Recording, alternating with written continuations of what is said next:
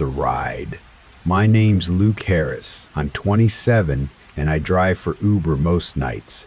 It's not glamorous, but it pays the bills while I finish college online. Cleveland streets can be surprisingly quiet after midnight, but the people you meet always keep things interesting.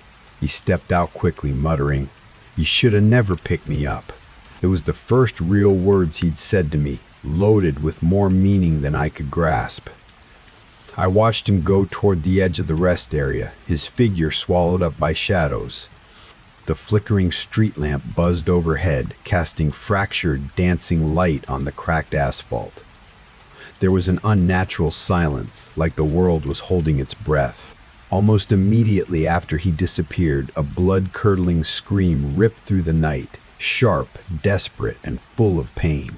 It echoed from the woods. I froze, heart hammering. The scream ended as suddenly as it had begun. For a moment, all I could hear was the rapid thump of my own breath. I wasn't sure if it was a scream for help or a nightmare made real, but something primal screamed danger in my chest. Then my phone pinged with a new ride request. The name was anonymous. The pickup was just a couple miles away on a quiet side street bordering the highway. I shook my head, trying to dispel the dawning fear, and accepted. The neighborhood was eerie in the best way for a horror movie. Old houses sat under drooping trees, porch lights blinking on and off, shadows stretching oddly on the sidewalks. A girl boarded the car, maybe 17 or 18, her voice thin and urgent. "Thanks for coming." She looked exhausted, all dark circles and pale skin. Her eyes scanned the street anxiously. "Where to?" I asked.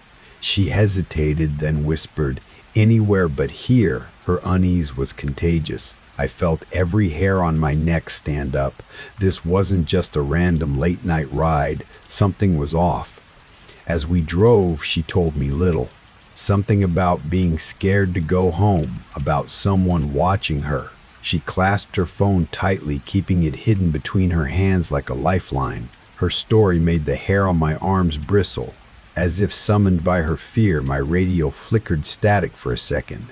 My headlights caught movement along the tree line on the right, a shadow just beyond the edge of the street, watching us. I jerked my eyes toward it. Gone. I exhaled slowly, telling myself it was just nerves. She clutched her seatbelt, white-knuckled. "He's close," she whispered. "I know." "Who?" I asked quietly, every nerve alert. The streetlights flickered, and the night seemed to tighten around us like a noose. For the next hour, I crisscrossed the city, dropping off riders with odd quirks and uneasy glances. But the feeling followed me like a shadow, that I was driving deeper into something I couldn't see but could feel. At one point, I got another odd pickup request. The name was Mr. Smith. No profile picture. That night, though, tested every ounce of my nerve. I started my shift around 9 p.m. The first few rides were normal. A couple heading home from a late dinner, a woman going back to her apartment, a guy tired from a late shift. Nothing out of the ordinary. The location was a desolate road west of town, surrounded by factories long abandoned and fenced off. I almost declined, but the request came through twice in 5 minutes. I hesitated but pulled over near the marked spot. The only light was the occasional flicker of a dying street lamp. From the darkness, a man appeared. Tall, broad-shouldered, face unreadable in the gloom. He got in silently. "Where to?" I asked, trying to keep my voice steady. "Anywhere," he said, voice cold. Everything about him made me uncomfortable. His stillness, the way his eyes seemed to scan the empty streets like a ghost hunting for something alive. I drove, gripping the wheel tight, the silence thick between us. Then his voice cut through. "You ever feel like someone is always watching you, no matter where you are?" I swallowed hard. "Sometimes. Not just watching." He leaned closer, voice low, waiting. The car's interior suddenly felt claustrophobic, the dark outside pressing against the windows like a living thing. I dropped him off at a random intersection, words failing me. As he disappeared into the shadows, I felt eyes on me, not from him, something else, something unseen. An hour passed. My phone had no new requests. I pulled over to clear my head, staring out at the empty highway. The world was silent except the hum of streetlights and distant echoes of a city that seemed to sleep. Then my phone rang, an unknown number, no caller ID. Hesitant, I answered. A woman's voice whispered, trembling, "Please, don't pick me up." My blood ran cold. "Who is this?" No answer. Just heavy breathing, then a click. Deadline. I stared at my phone. The silence after was suffocating. Suddenly, the app pinged again. A ride request, this time only a half-mile away near an intersection I didn't recognize. The pickup name was Emily. I debated ignoring it, but exhaustion and curiosity got the better of me. I pulled to the curb and a woman emerged from the shadows. Her eyes were wild, a frantic energy she fought to suppress. She spoke fast. "You have to get me out of here. He's following me." I felt a knot in my stomach, asked where here was. "Anywhere but here," she gasped. "This place, it's not safe." As she climbed in, I felt like the noose was tightening again. The radio fizzled and distorted, and the lights outside dimmed. I like to chat a bit, break the monotony, but some rides were quieter than others. I didn't mind. Some nights, silence felt best. Around 10,030, I got a ping. Suddenly, the car's interior temperature plunged. Emily shivered violently, clinging to her phone. I looked at her face in the rearview mirror, eyes wide with terror, lip trembling. "Who?" I asked softly. She swallowed hard. "He watches from the woods, from the shadows." Waiting for the right moment. I kept my hands steady on the wheel, my mind racing. We made it to a well-lit gas station several miles later. Emily grabbed the door handle but stopped, looking back. "Please," she whispered, "don't turn around." I hesitated. She slipped out and melted into the crowd. I sat frozen, every sense screaming. It was then the headlights caught a figure silhouetted by the trees, tall, unmoving, not human, not quite. Whatever it was, it watched me. I drove away, every mile burning cold into my bones.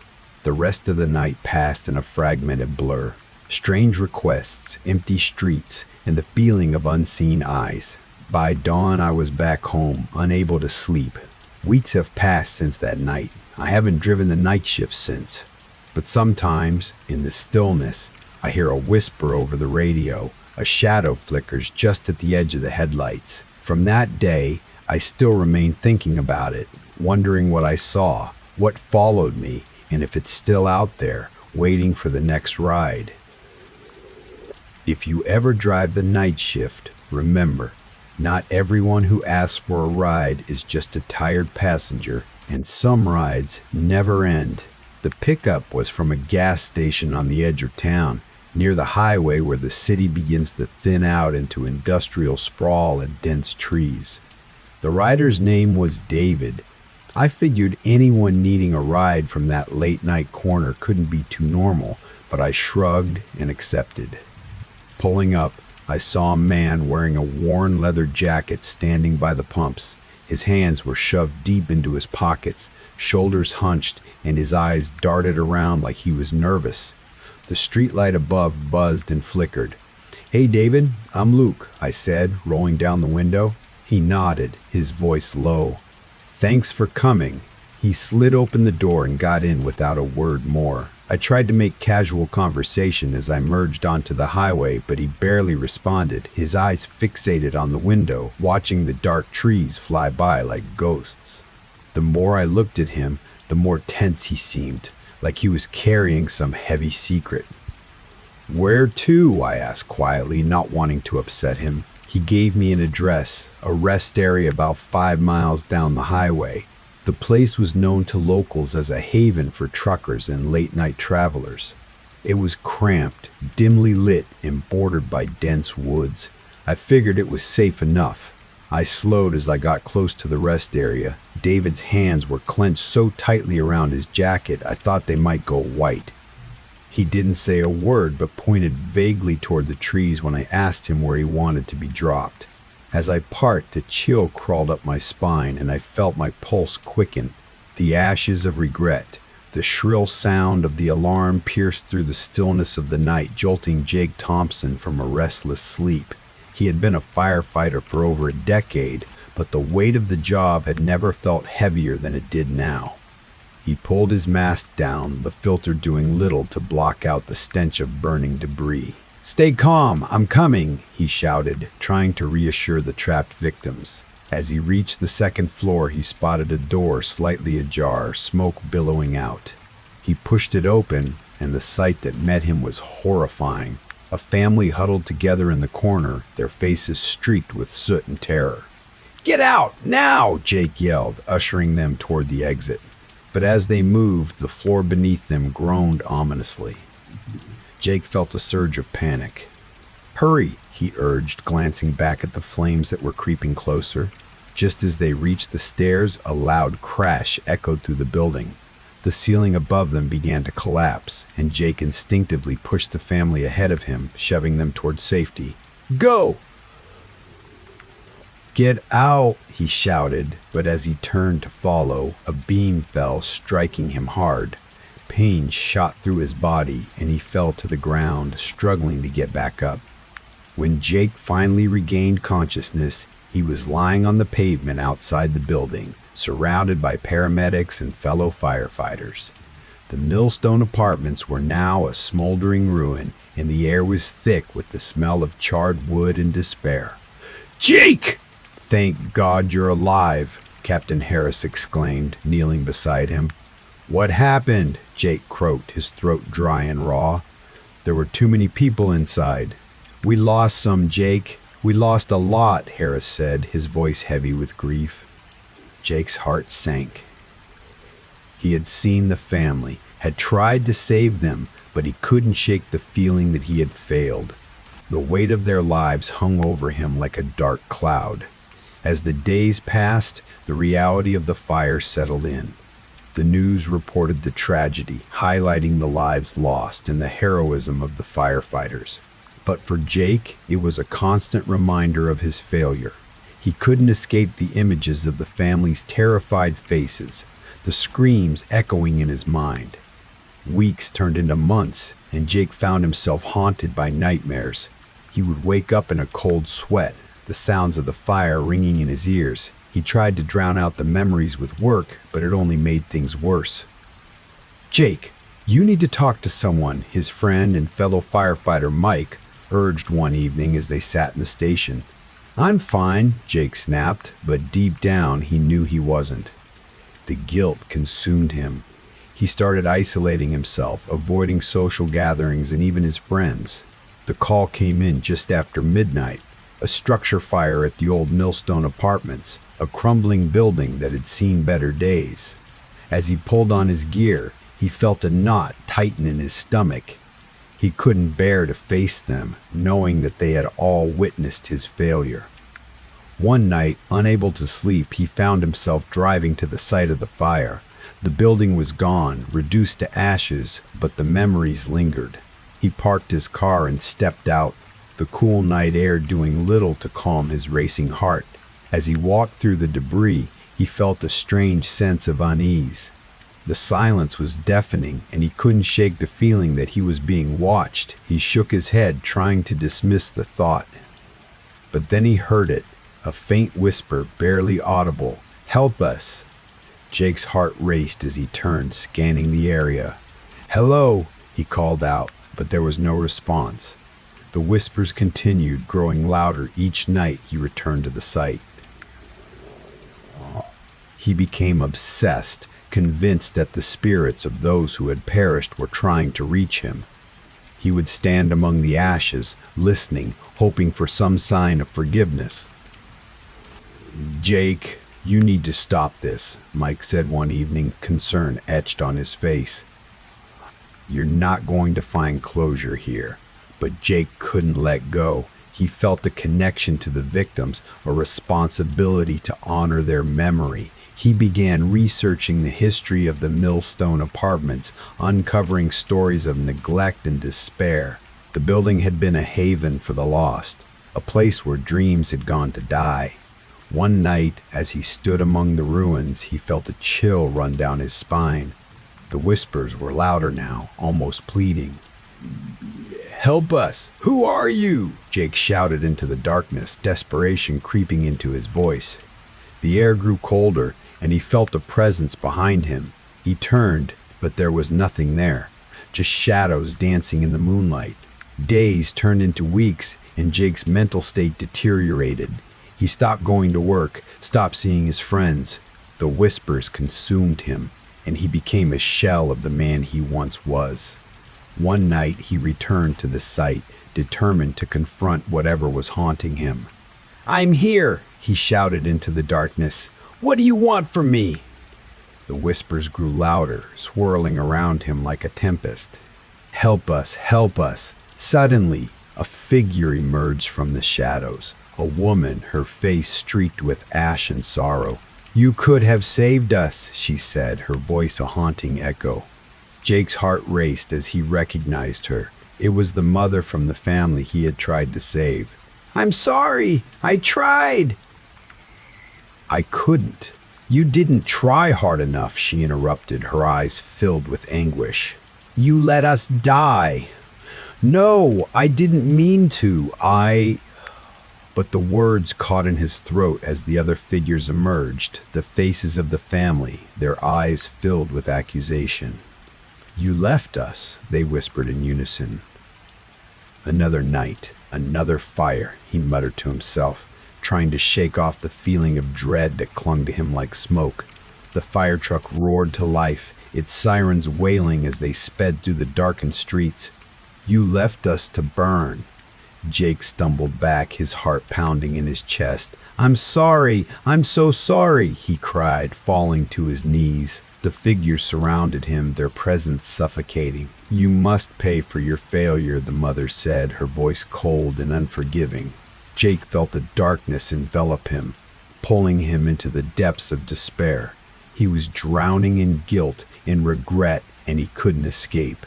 Days passed, and Jake became a recluse, consumed by the haunting memories. He stopped eating, stopped sleeping, and the whispers grew louder, echoing in his mind. "Help us, help us." He knew he had to do something, but he didn't know what. The weight of their lives pressed down on him, and he felt as though he was being crushed under the burden of his guilt. One night, driven by desperation, Jake returned to the site one last time. The moon hung low in the sky, casting an eerie glow over the ashes. "I'm here," he shouted, his voice breaking. "I'm ready to face you." The whispers swirled around him, growing louder, more insistent. "Help us, help us." Suddenly the figures appeared again, their faces twisted in anguish. "You must pay," the mother said, her voice echoing in the night. "I'll do anything," Jake pleaded, tears streaming down his face. "Just tell me what to do." "You must remember," she said, her voice softening. "You must remember us." And in that moment, the memories flooded back. Faces, names, laughter, and love. He remembered the family, their hopes and dreams, and the life they had lost. "I'm so sorry," he whispered, his heart breaking. "I didn't mean to fail you." The figures began to fade, their expressions softening. "You must live with this pain," the mother said, her voice a mere whisper now, "but you must also remember us." Jake awoke the next morning, the sun shining through his window. He felt different, lighter somehow, but the weight of the memories still lingered. He knew he would never forget the family, the lives lost in the fire. He returned to the fire station, greeted by concerned looks from his colleagues. "Jake, we were worried about you," Mike said, relief flooding his voice. "I'm sorry," Jake said, his voice barely above a whisper. "I should have been there for them." "You did what you could," Mike replied, placing a hand on his shoulder. "You're a hero, Jake. You saved lives." But Jake knew the truth. He had failed, and the guilt would always be a part of him. From that day on, Jake carried the memories of the family with him. He became an advocate for fire safety, sharing their story in hopes of preventing future tragedies. Jake sat in the back, his heart racing, not just from the adrenaline, but from the memories that flooded his mind. Just a few months ago, he had lost his partner, Mark, in a blaze that had gone horribly wrong. The guilt still gnawed at him, a constant reminder of the fragility of life. But at night, when the world was quiet, he could still hear the whispers. "Oh, help us! Help us! Help us!" And he knew that he would never truly escape the ashes of regret. The fire had taken so much, and though he had found a way to honor their memory, the haunting would remain.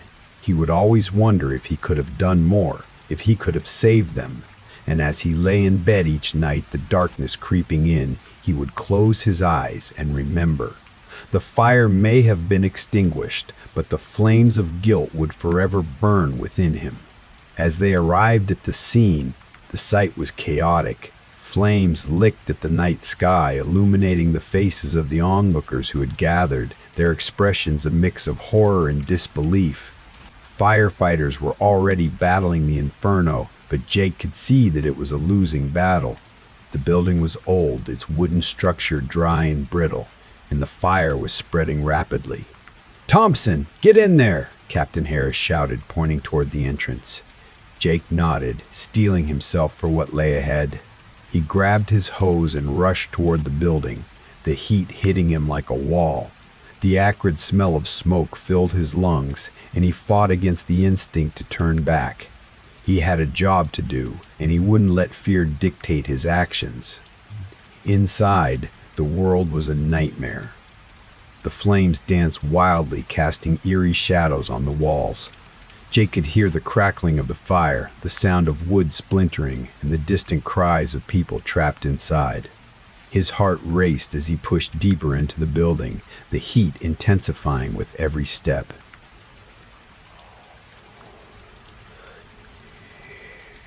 "Please help us!" a voice cried out from above. Jake's instincts kicked in. He had to find them. He climbed the stairs, each step creaking ominously beneath his weight. The smoke was thick, and he could barely see. The haunting of Maplewood High. It was the beginning of my junior year at Maplewood High, and I was both excited and nervous. Moving to a new town was never easy, especially when you had to start over in a place where everyone seemed to know each other. The school was old, its brick walls weathered and covered in ivy, giving it a certain charm that felt both inviting and eerie. As I walked through the halls on my first day, I couldn't shake the feeling that I was being watched. The students moved in groups, laughing and chatting while I clutched my schedule tightly, trying to navigate the maze of lockers and classrooms. "Hey, you're new, right?" A girl with bright red hair approached me during lunch. "I'm Sarah. Welcome to Maplewood." "Thanks," I replied, grateful for the friendly face. "I'm Jake." "Just a heads up," she said, lowering her voice conspiratorially. "This place has a reputation. Some say it's haunted." I chuckled nervously, brushing it.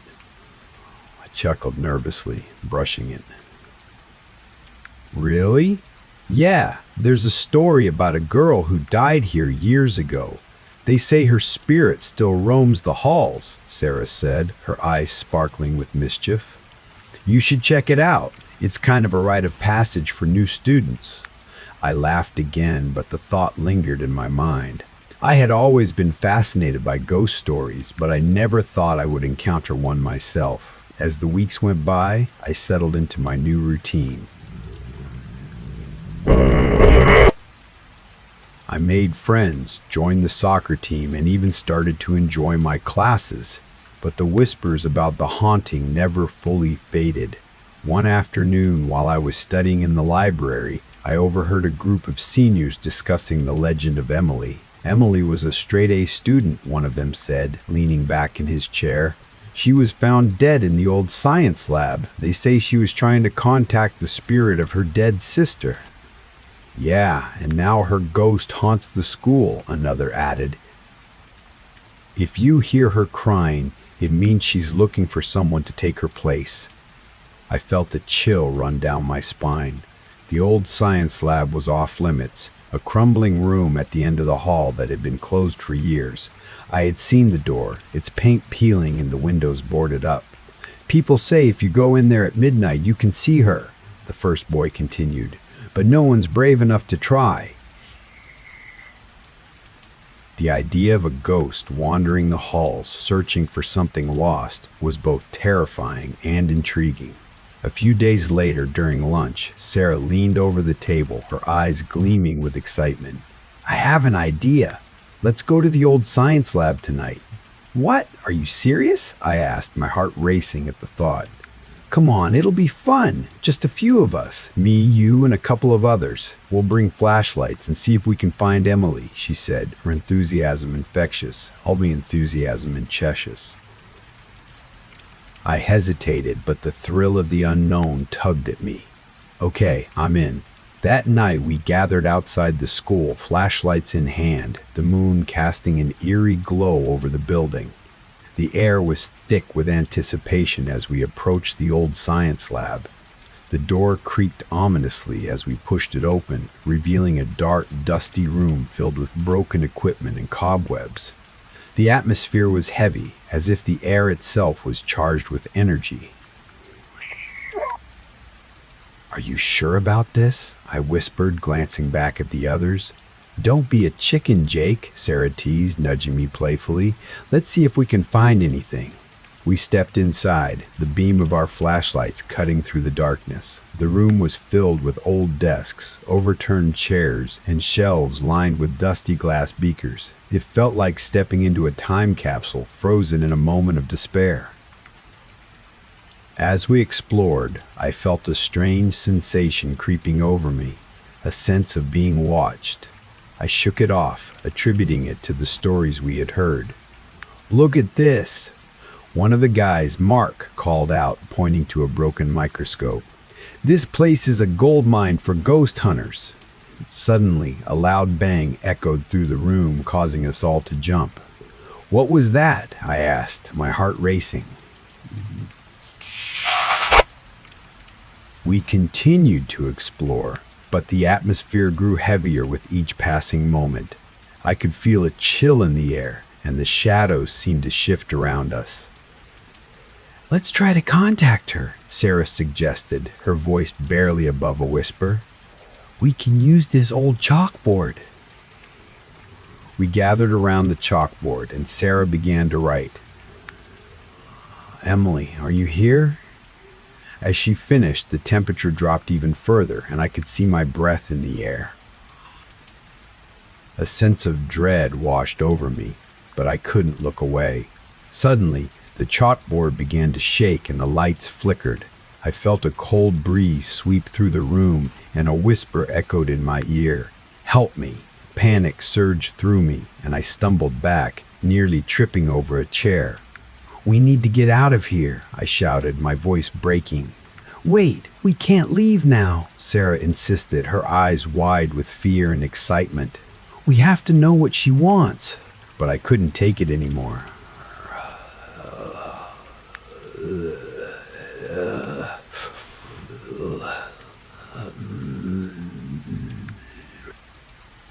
I turned and bolted for the door, my heart pounding in my chest.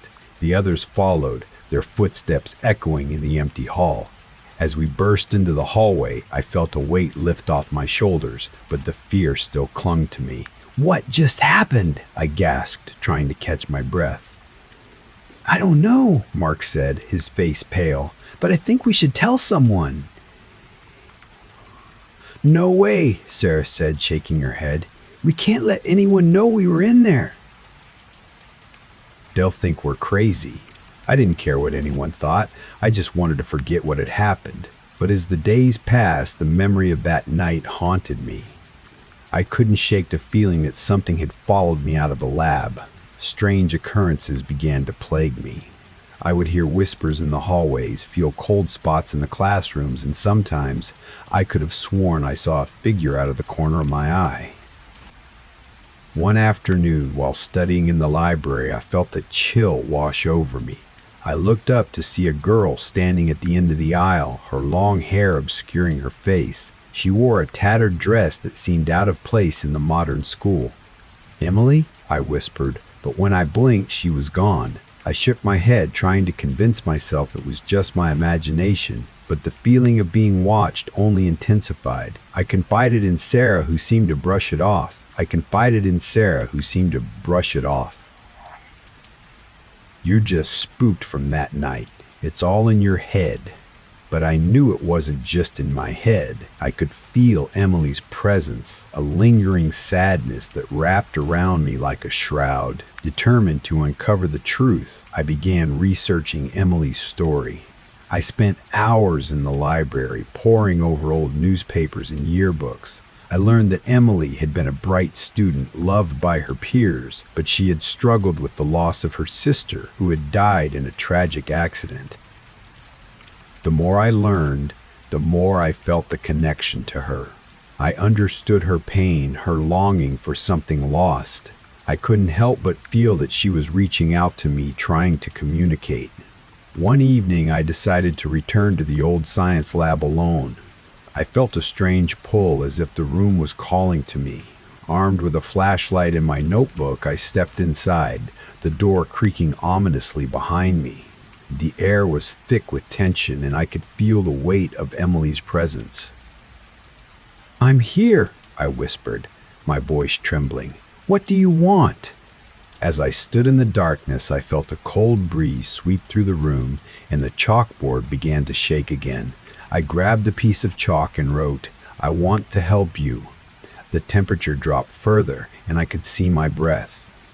Suddenly, the chalkboard responded, the letters forming before my eyes. "Find her."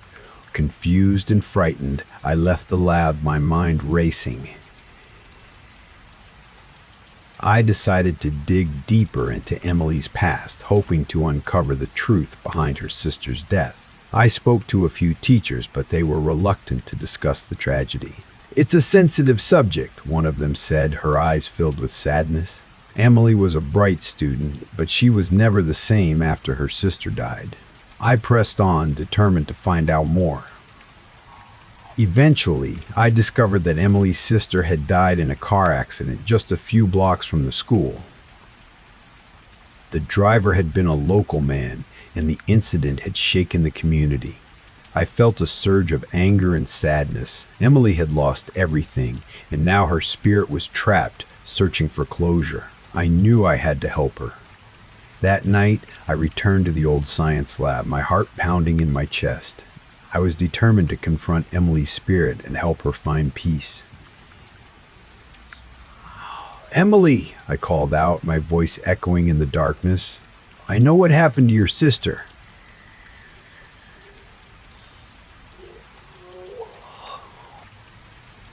"I want to help you find her." The air grew colder, and I could feel the energy in the room shift. The chalkboard rattled, and I grabbed the piece of chalk, ready to write. "What do you want me to do?" The response was immediate. "Let me go." I felt a wave of sadness wash over me. "I can't do that. I don't know how." Suddenly, the lights flickered, and I felt a presence behind me. I turned, and there she was, the girl in the tattered dress, her face still obscured by her hair. "Help me," she whispered, her voice barely audible. I reached out, but she vanished, leaving me alone in the darkness. Panic surged through me. "Emily, please!" The room grew colder, and I could feel the weight of despair pressing down on me. I knew I had to find a way to help her, but I didn't know how. Desperate for answers, I returned to the library the next day, searching for anything that could help me understand Emily's plight. I found an old newspaper article about the accident that had claimed her sister's life. It detailed the driver's remorse and the community's grief, but it also mentioned a memorial service held in Emily's honor. I realized then that Emily needed closure, not just for herself, but for her sister as well. I decided to hold a small memorial of my own, a way to honor both sisters and help Emily find peace. That night, I gathered a few candles, flowers, and a picture of Emily and her sister that I had printed from the article. I returned to the old science lab, my heart racing with anticipation and fear.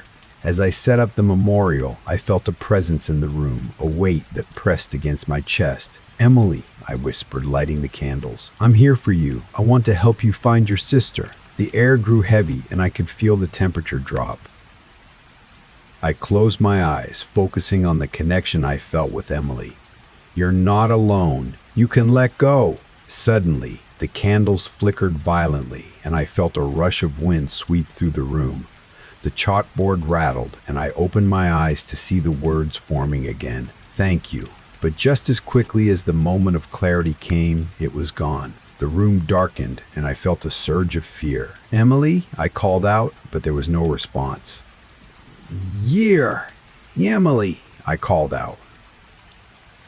The shadows began to close in around me, and I felt a sense of dread wash over me. "What's happening?" I shouted, panic rising in my chest. The candles flickered and went out, plunging the room into darkness. I fumbled for my flashlight, but it wouldn't turn on. I was engulfed in a suffocating silence, the air thick with despair. Suddenly, I heard a voice, low and mournful. "You shouldn't have come here." I turned, heart racing, but there was no one there. The shadows twisted and writhed, and I felt a cold hand brush against my arm. I gasped, stumbling back against the wall. "Leave me alone!" I shouted, but the voice only grew louder, echoing in my mind. "You cannot help her!" In a panic, I bolted for the door, my heart pounding in my chest. I could feel the shadows reaching for me, pulling me back into the darkness. I pushed the door open and stumbled into the hallway, gasping for breath. I ran through the school, the echoes of my footsteps reverberating in the empty halls. I could still hear the whispers, the cries of despair following me. "You cannot escape!" I burst out of the school and into the cool night air, my heart racing. I didn't stop running until I reached my house, collapsing against the front door, gasping for breath.